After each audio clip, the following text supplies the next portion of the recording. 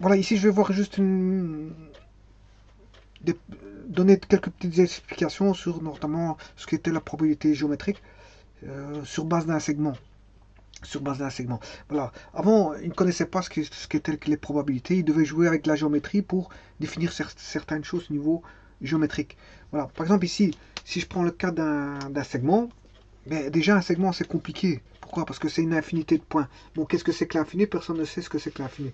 Mais on sait tous que un segment, si je décris, enfin si je dessine le segment ici AB, hein, d'origine A, d'extrémité B, mais fatalement c'est complexe. Pourquoi? Parce qu'en fait, il est composé d'une infinité de points. Par exemple, si je prends un point quelconque du segment, hein, ben, si j'ai pris ce point-là, mais on peut toujours dire qu'il est compris entre deux segments, entre deux points, pardon. Hein. Il est toujours entouré de deux points. Quel que soit le point que je vais prendre, il est toujours entouré de deux points. Voilà. Donc la meilleure façon de parler de probabilité pour le choix d'un point sur un segment AB, mais c'est de découper. C'est de le découper. Supposons que si je dispose de 10 parties égales, 1, 2, 3, 4, 5, 6, 7, 8, 9, 10. Voilà. Point B, il est là. Alors, donc, 1, 2, 3, 4, 5, 6, 7, 8, 9, 10. Voilà. J'utilise un segment en 10 parties égales. Bon. Là, quelle est la probabilité pour que je veux dire la probabilité bien sûr géométrique, hein, parce qu'avant ils ne connaissaient pas les probabilités. Comme je l'ai dit, j'ai expliqué maintes fois.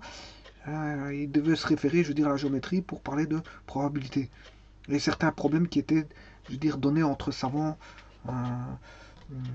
et ils essayent de trouver des solutions au travers notamment assez souvent des problèmes de jeu ou des problèmes géométriques. Avant, il y avait plus la notion de probabilité géométrique que de probabilité tout court. Donc ici, si je prends un segment AB, quelle est la probabilité pour que je me retrouve, je veux dire, coincé entre dans cette partie-ci. Voilà. Quelle est la probabilité pour que je me trouve coincé dans cette partie-là en fixant un point? Eh bien, vous aurez compris que si c'est une équiprobabilité, c'est-à-dire qu'ils ont tous la probabilité identique. Donc, si j'ai divisé en 10 parties égales, ben, la probabilité pour tomber un, entre A et 1, ben, elle est de 1 dixième, parce que j'ai divisé en 10 parties. Probabilité pour que le point tombe entre 1 et 2, ben, elle est 1 dixième. Entre 2 et 3, ben, 1 dixième. Entre 3 et 4, 1 dixième. Entre 4 et 5, 1 dixième. Entre 5 et 6, 1 dixième. Entre 6 et 7, 1 dixième. Entre 7 et 8, 1 dixième. Entre 8 et 9, 1 dixième. Et entre 9 et B, 1 dixième. Voilà.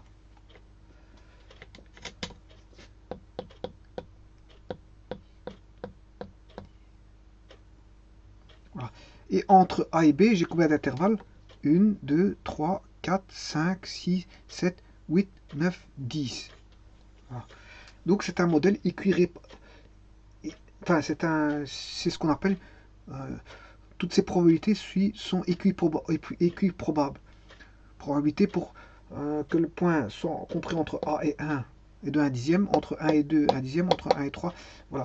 Et que la somme de la probabilité totale doit toujours valoir 1.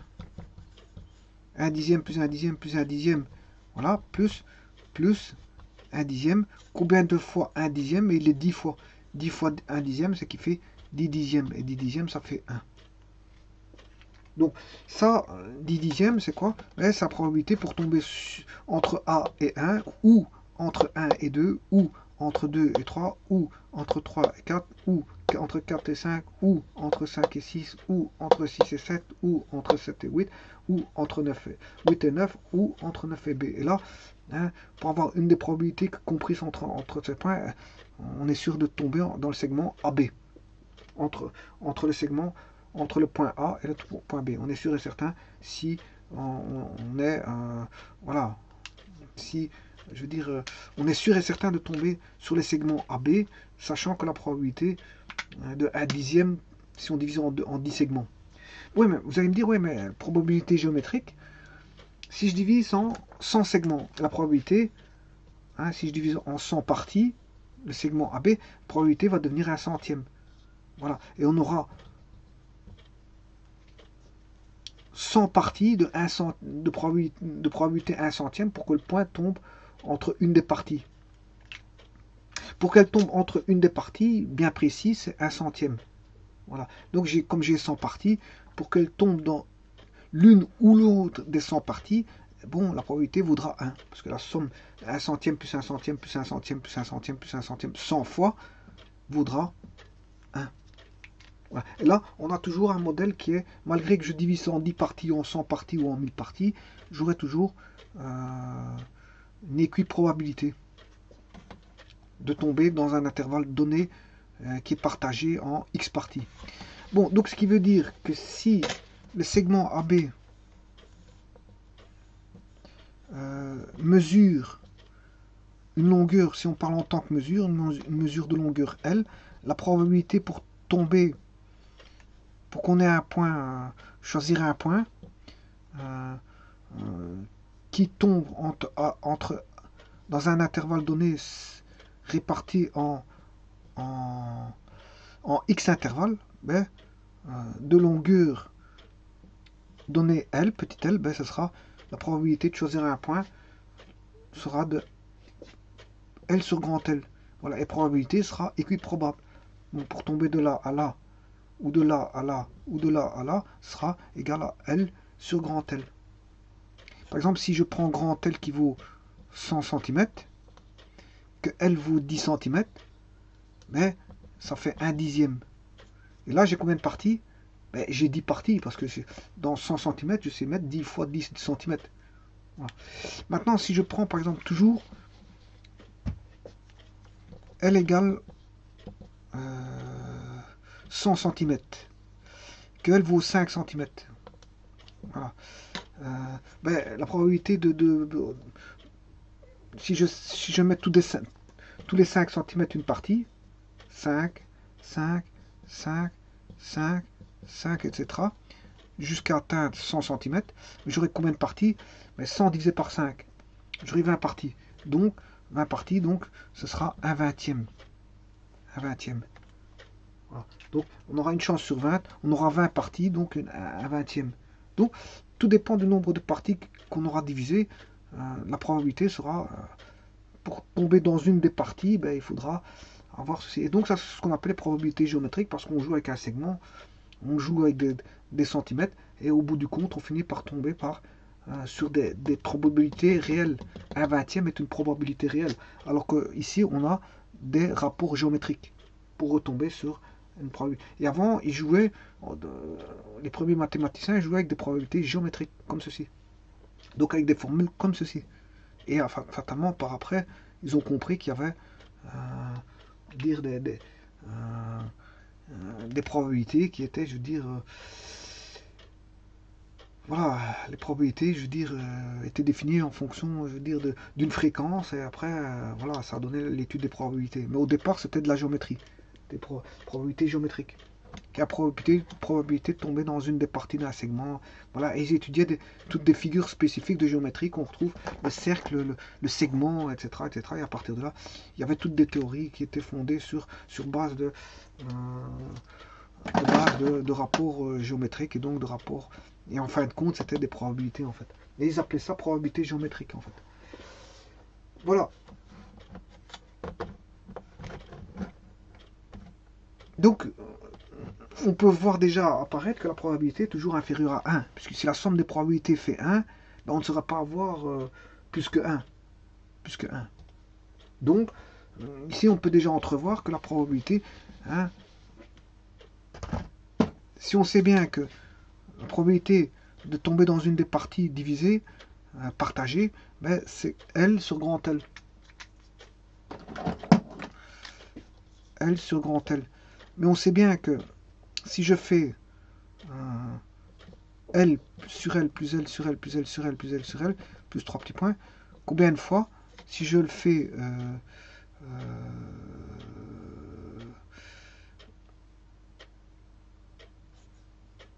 un nombre de fois, et que tous ces L, si je les somme, vaudra L plus L plus L plus L vaudra grand L. Donc on tombera toujours sur, je veux dire, la somme vaudra toujours 1. Ça veut dire que la probabilité pour tomber dans une ou l'autre des parties, hein, pour tomber sur l'une ou l'autre des parties, ben, elle vaudra 1. On est sûr et certain de tomber à l'intérieur du segment AB. Voilà. Ça, c'est pour être sûr de tomber à l'intérieur du segment AB. Donc, probabilité maximum 1. Voilà. Maximum 1. Donc là, voilà. Si je veux tomber entre deux parties égales, par exemple celle-ci et celle-ci, ce sera 2L sur L.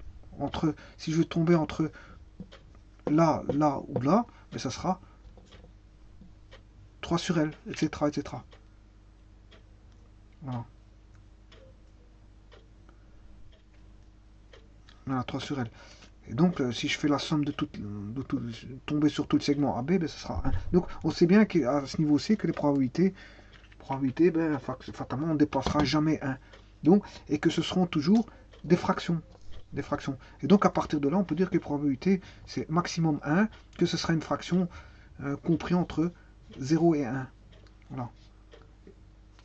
Voilà.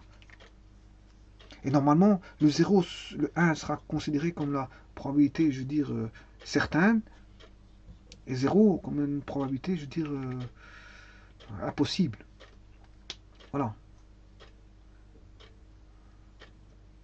Quelle est la probabilité pour que je tombe sur le segment AB? Ben, ce sera, j'ai une probabilité de 1. Si je fixe un point entre A et B. Voilà. Parce que la condition, c'est de se fixer un point entre A et B. La probabilité pour que je me situe en dehors du segment, elle sera de 0. Puisqu'en fait, la condition, c'est le point situé entre A et B. Donc, je ne serai pas me situer à l'extérieur. Donc là, c'est impossible. Là, d'office, si je dois me situer entre A et B, ben, la probabilité sera de 1. Parce que si je suis à l'extérieur, l'extérieur, dire... n'est pas dans le segment, donc fatalement, c'est impossible de choisir un point à l'intérieur du segment et que j'en sois à l'extérieur, puisque je choisis à l'intérieur du segment AB. Voilà, c'est un petit peu spécial, mais c'est comme ça. Donc, à l'extérieur, sa probabilité pour choisir à l'extérieur sera 0. Puisque la condition définie dans ce test de choix d'être à l'intérieur de AB. Donc, à l'extérieur, c'est 0. C'est une probabilité de 0. Donc on sait bien que les probabilités seront comprises entre 0 et 1. Ça sera des fractions, maximum 1 et minimum 0. Et 0 sera l'événement impossible et 1 sera l'événement certain. Voilà, et donc c'est comme ça qu'ils ont entrevoyé la chose auparavant. Donc ils ne les voyaient pas sous forme comme on l'entrevoit maintenant. Voilà, je vous remercie beaucoup.